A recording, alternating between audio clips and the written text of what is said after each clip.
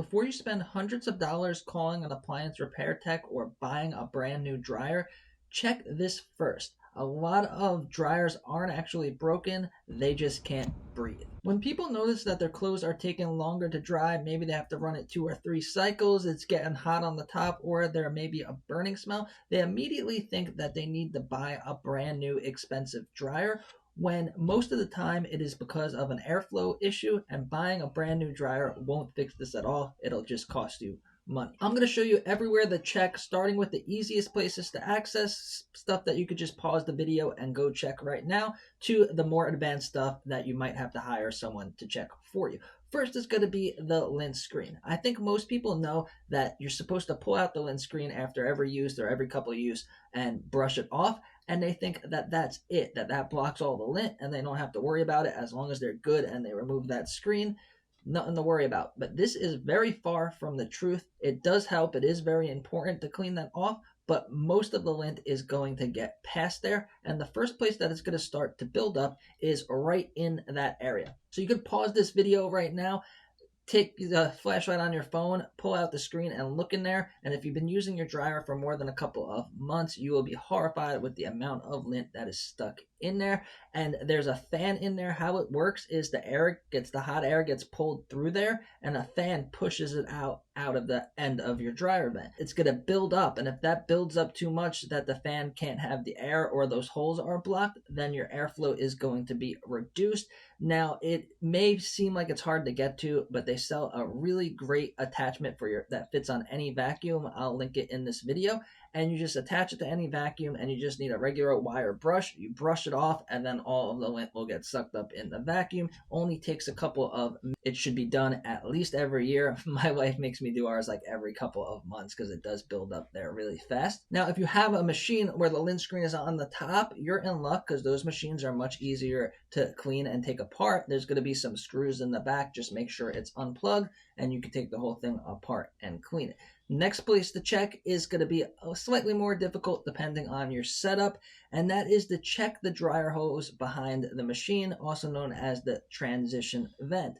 A lot of times when they get pushed back, they either get smushed, kinked, or crushed, or ripped, and then either the lint could all be going into your laundry room, which is not good, or it could just be getting half of it, or the whole thing could be getting blocked because your vent got smushed and you can't see behind there because you have cabinets and stuff. So just simply safely pull out your dryer, look behind it, make sure that your vent is intact. Most of the time they're going to give you the plastic foil vents, which these ones can actually go on fire and rip and kink really easily. The only one that I would recommend is Dryer Flex, and I'll leave it linked in this video, but it's much harder to kink and it's much harder to damage. It's actually made of metal and is flame resistant. The next place that we're going to check, we're going to need to get our shoes on and go outside. So to do this check, depending on where your vent is, it could be easy, or it could be a little bit more difficult, or it could be something that you yourself are not willing to do. So you're going to turn on the dryer, and if you are having issues, if your dryer is not drying, or it's getting hot, or there's a burning smell, check to see if your dryer has a setting for air only. If you put it on air only, it's just going to blow air. It won't get hot, so you won't cause any damage if your machine is not working well. So just turn it on and go to where it lets out. If in a lot of places, it's just going to be on the side of the house. Where I live in Florida, 95% of them are up on the roof. But if it's on the side of your house, just go there, put your hand by it, and see. It should be blowing like a hair blower. It should be blowing hot and pretty hard. If you go there and there's barely anything coming out, or what usually happens is there's a big piece of lint blocking all of the airflow, and all you have to do is pull that out and it'll start blowing again. Obviously, you do need to clean everything else, but usually that's what's causing most of the problem. A lot of people put pest control devices, screens, cages around them, and that's fine. Trust me, it's not fun cleaning an animal out of the dryer vent. But these are going to need to be cleaned more often than if you didn't have that cage on it. A lot of times big pieces of lint will be blocking the whole opening, and it could cause the dryer not to work. So just take off the screen, clean it off, and put it back if you want it back, or most of them will have a flapper door that'll keep most animals out.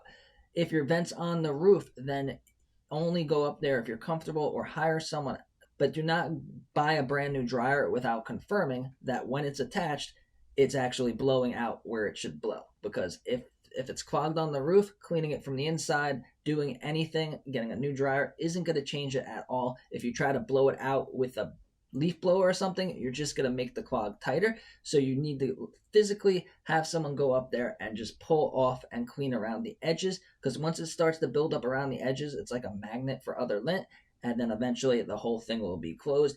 90% of, maybe 95% of the time, a customer calls and they're like worried. They're like, oh, I really hope you could fix it. We can't use our dryer at all. It used to work fine. 95% is just a big piece of lint on the roof, and I pull it off, it starts blowing. Or again, with the pest control screens, they get completely clogged and they should be removed or cleaned off every couple of months if you want to keep it. Or there's another way to keep animals out, and that's like a big cage around it. But definitely make sure that your roof vent or your side vent is open and blowing air out.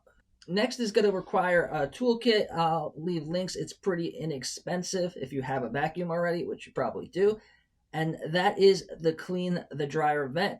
Most of the time, it's going to be clogged from the outside from a big piece of lint in my experience. But a lot of times, if people have pets or they just never clean their dryer vent in 10, 15, 20 years or even less, the whole vent is just going to be stuffed with lint. Every time you use the dryer, little pieces of clothes, fabric, pet hair, human hair gets caught in the vent, and then it sticks to the sides, and like I said, it's like a magnet, and it'll keep building up until the whole thing is blocked.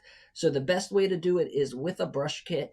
Attach your vacuum to the vent so the vacuum's sucking everything in. The brush loosens everything off of the side, makes the sides nice and smooth.